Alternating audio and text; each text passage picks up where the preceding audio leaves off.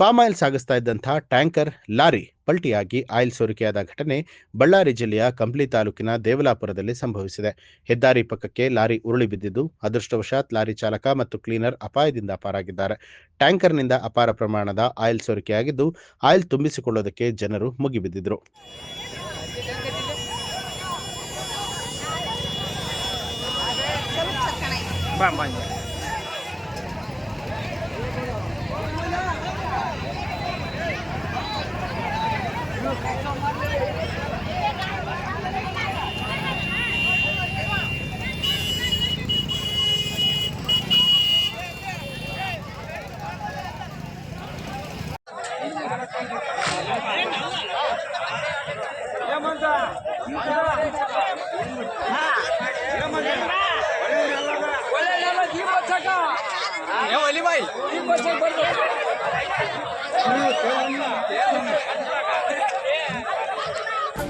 News alert, ನಿಮ್ಮಿಂದ ನಿಮಗಾಗಿ.